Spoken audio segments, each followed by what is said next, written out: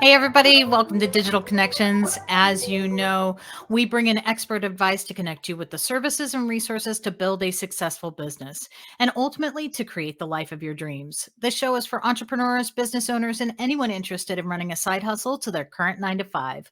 One episode at a time, we help you build a successful business through amazing digital connections. I'm your host, Nancy Johnson, a business owner and digital marketer. On my way here, I have found amazing resources that have helped my business grow, and they can help your business thrive too. Everyone needs a friend in digital marketing because digital marketing is about connecting people. So, my friends, today we are talking about business leadership, and specifically, we are talking about what it means to be a truly incredible leader. As many of you know, I have a long history with the corporate world, and unfortunately, one of the things that happens a lot in that world is that people are raised to their level of incompetency. Just because someone holds a position of leadership doesn't mean that they should.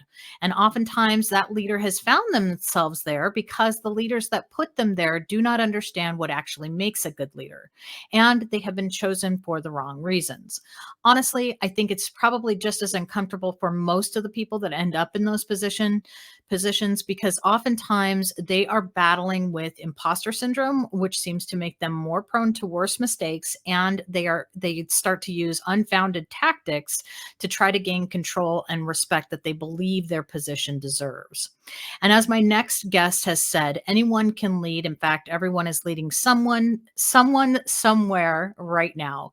It's a lack of effective leadership that not only limits your potential, it limits the potential of those you are leading.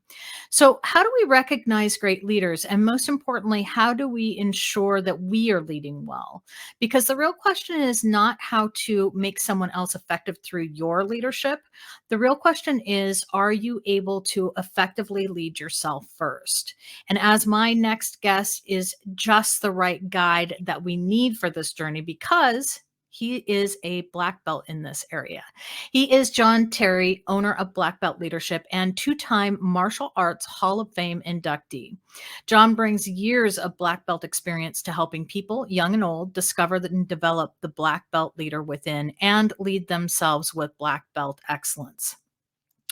They can use their leadership and influence to create high performance, people centric, value based, non leader dependent teams and make an impact right where they are. John is a two-time best-selling author and an in-demand international public speaker. He is the founder of Black Belt Leadership, the president of Real Life Management, and currently serves as a President's Advisory Council member with Maxwell Leadership. John is also a DISC certified human behavior consultant and a CTAA accredited emotional intelligence coach and practitioner. John, welcome to the show. I am sincerely honored to have you here. That was a mouthful, Nancy. I'm glad you got it out. Thanks for having me. So excited to be a part Thanks, John. of it. Absolutely. So tell me, how did you get started in martial arts? I got started in martial arts at the age of 13.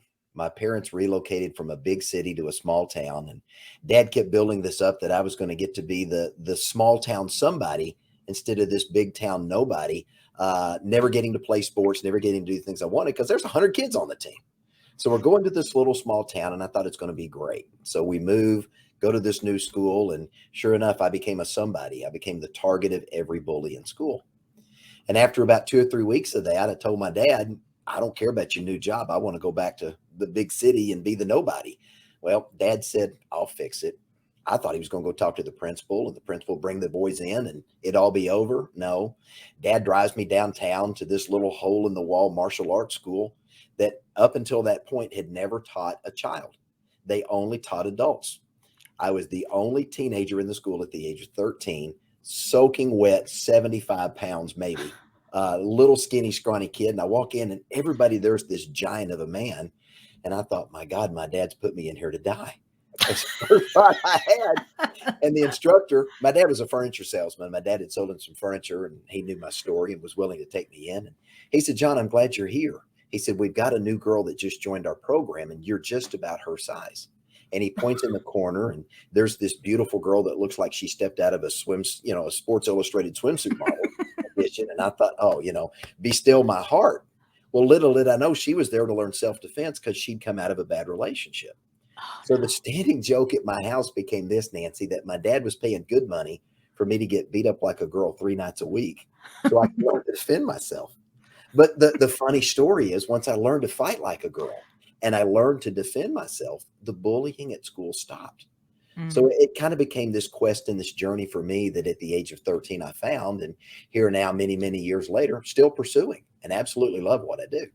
mm. Well, so then how did the black belt approach start? Like, how did you incorporate that into teaching leadership? Leadership was a very integral part of the martial arts for me early on. The instructor that founded the art of Shobayashi Shorin-ryu was a man that believed if you were not a person of character, you couldn't be taught the martial arts. And so Mm, he passed this down through his instructors for years. And when you first started training in the martial arts, you spent the first 6, 9, 12 months learning very basic things, but also having to prove that you were a person of good character, a good value, that you mm, could lead yourself well, that you could make good choices, that you would not in any way disrespect the family that had created this art.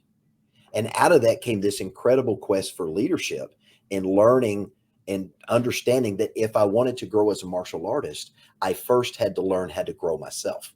mm, To that, my dad, who was a prolific reader, loved to get me started reading at an early age. So at 13, he bought me John Maxwell's book, Developing the Leader Within You, and he gave me a copy of Napoleon Hill's Think and Grow Rich.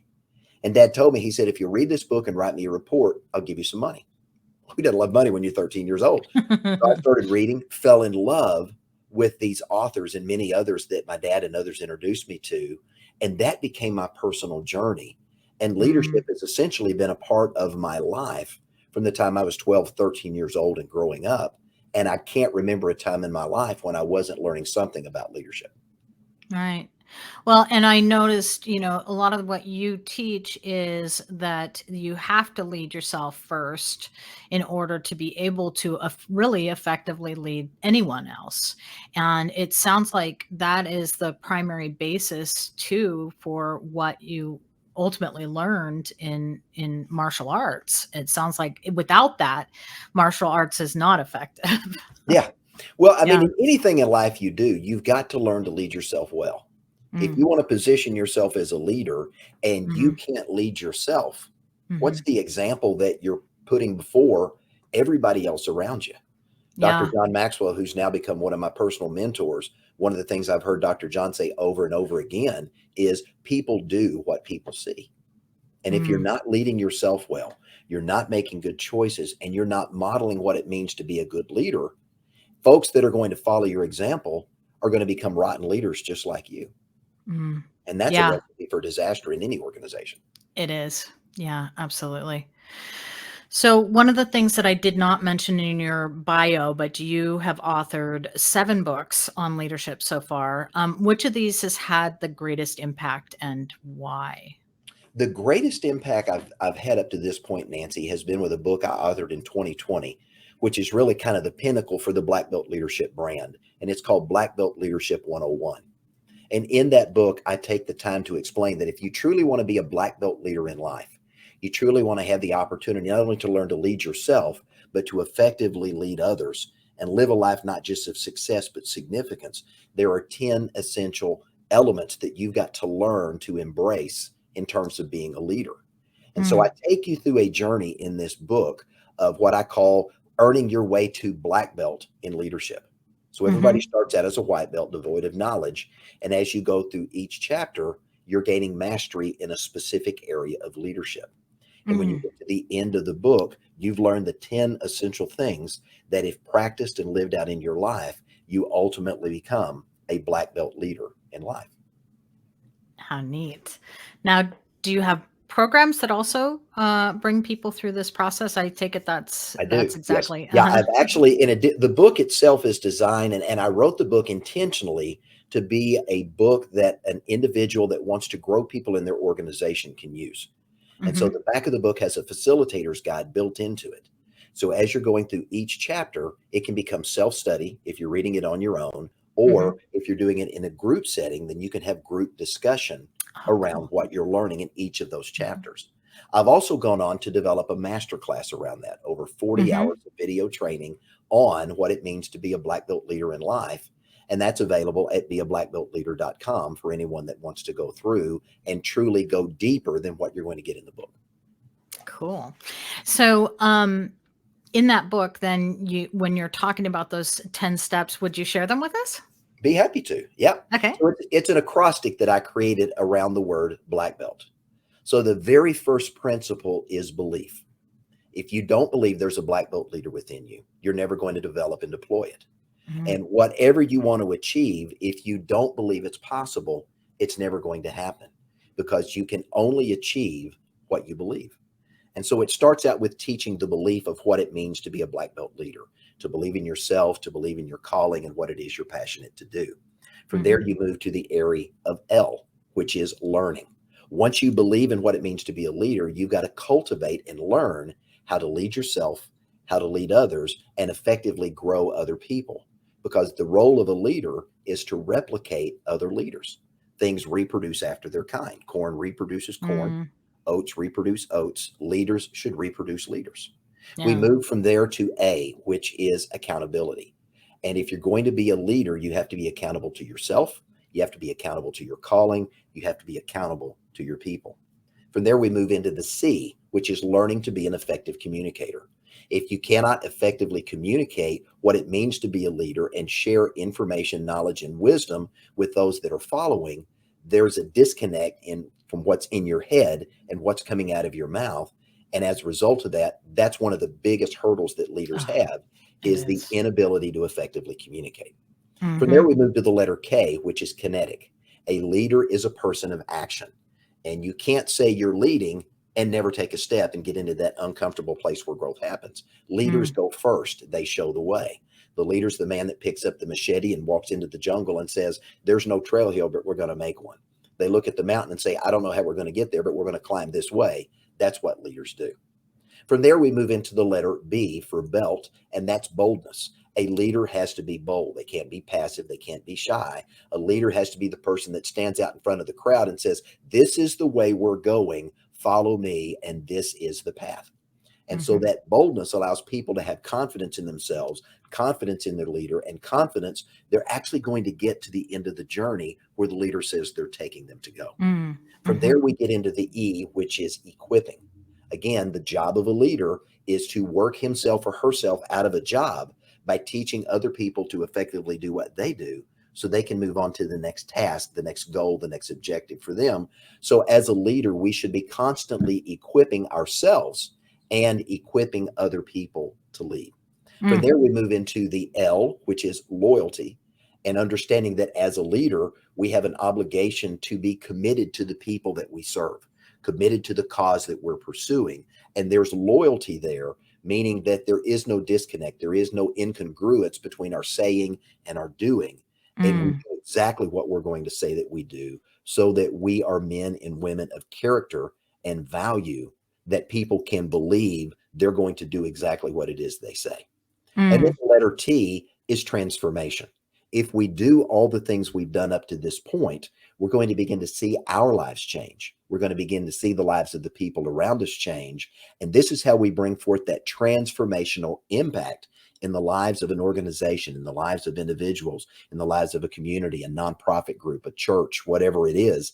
That's where that transformation takes place, that people rise to a new level of seeing, I can say more, I can do more, I can become more. And as a result of that, that powerful influence of changing things for the better takes place in our lives.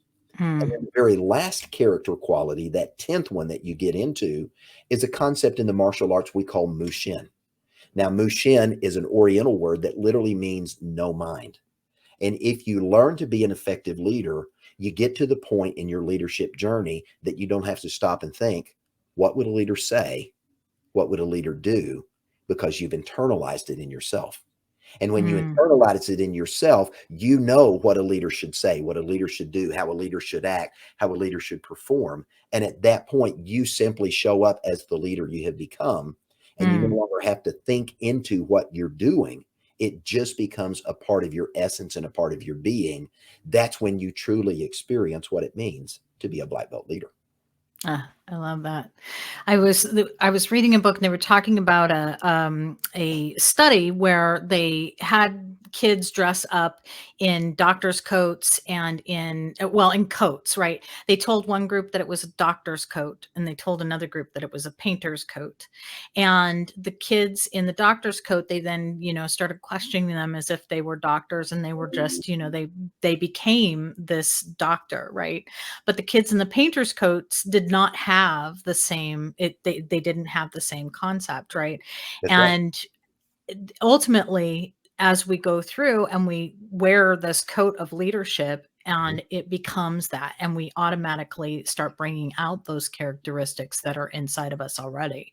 I love that's such a great acronym all around. Thank you. Fantastic. Yeah. Is there one that is of those 10 steps, is there one that is more important than the others? The first one is, Mm. again, you can't achieve what you don't believe.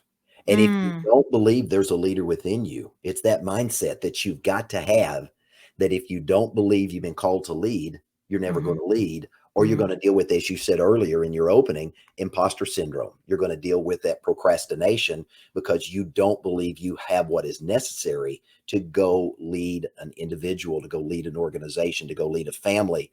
And as a result of that, you struggle the rest of your life if you don't Yeah. believe. Mhm. Yeah. It's a painful situation for people, really.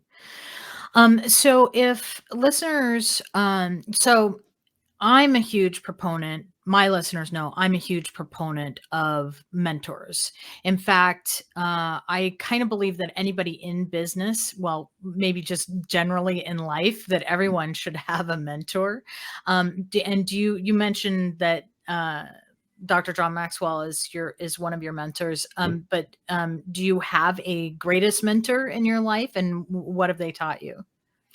I would say probably two people, maybe three, have really influenced my life. The first of those was my dad. My dad was the consummate leader that understood what it meant to be a servant leader. And I Mm. learned from dad the understanding that the leader doesn't sit at the top of the pyramid and he barks down at everybody. The real leader gets his hands dirty just like everybody else and Mm. models what he wants other people to do. And he's willing to work alongside them, serve alongside them, and help other people achieve success and significance. And as a Mhm. result of that, that was really my first foray into leadership. And it stuck with me my entire life.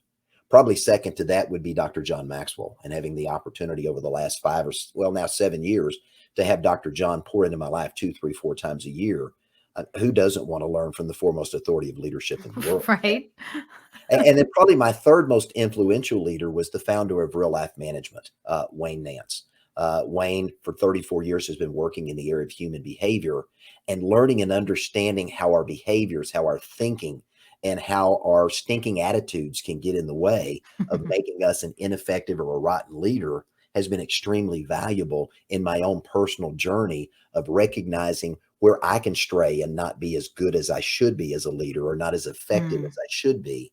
And having that real life component to what I do has been extremely valuable. Mm. Mhm. So, if people want to get a hold of you to learn more about the programs and specifically about black belt leadership, what's the best way for them to reach out to you? The easiest way to find me is to go to my website, beablackbeltleader.com. Easy to find, Mhm. because who doesn't want to be a black belt leader? Everybody Right? wants to be a black belt leader. Who doesn't want to be Chuck Norris, Bruce Lee? You pick the martial arts guy. We all get a chance to do that in our chosen art, profession, or trade when we learn Yeah. to master ourselves and master our gifts or calling, our profession, whatever it is. So they go to beablackbeltleader.com. All my social media is there. All my courses are there. There's a lot of free training content that's available. They can subscribe to my newsletter, subscribe to my podcast. Everything's right there in one place, beablackbeltleader.com. Fantastic.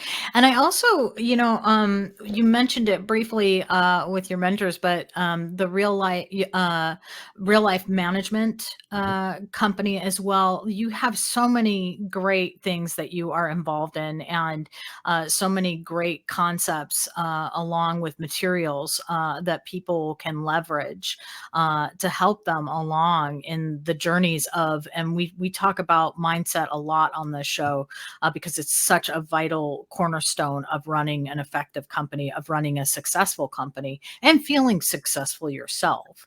I love all of the things that you're involved in because I think they really make a difference for people. Well, thank you. Yes. So if you could leave one inspiring thought with our audience today, what would that be? There's a concept in the martial arts called Kaizen. And the concept of Kaizen says that every day we have an opportunity to improve. And if we can improve just 1% over Mhm. what we did yesterday, we've gotten better. And then if we can do that again tomorrow, and then the next day, and the next day, and the next day, incrementally, we get a little bit better every single day. And think about that over the course of a year. If I'm 1% better every single day, just at simple interest alone, I'm 365% better than I was a year ago. But here's Mhm. what we know about leadership. As we get better and we continue to grow and mature, that growth and that development compounds and we continue to get better. But I would Mm. also leave your audience with this. Ray Kroc, who is the founder of the McDonald's franchise success, said this: as long as you're green, you're growing. But once you're ripe, you start to rot. Oh. Nobody wants to be a rotten leader. But the minute you Mhm. stop growing yourself, the minute you stop becoming that 1% better every day, you start to rot. Yeah. Mhm. Wow, that I love that. I love that. Well, John, thank you so much. That brings us to just about the end of the show. Before we take off today, I want to leave our listeners with our digital marketing tip of the day. This one is around the trust indicators for your website. So people are looking at these all the time, and when they're not, they should be, because they can be a very big red flag as to the source and authority of the content that we're consuming. Most of the time, for most visitors to a website, these are kind of rather subconscious items, but they do make a difference. These are things like a better business bureau membership, or the ability to actually contact your company from your website. It's also your reviews and links directly to your social networks. But two of the most overlooked are your SSL certificate and the copyright on your site and the materials that you have on your site. So you probably have an SSL certificate for your website. Most of the time, this is included with your web host. But if your site is not redirecting you to HTTPS, then you need to update this, because ultimately that is why you have a certificate, is so for that indicator.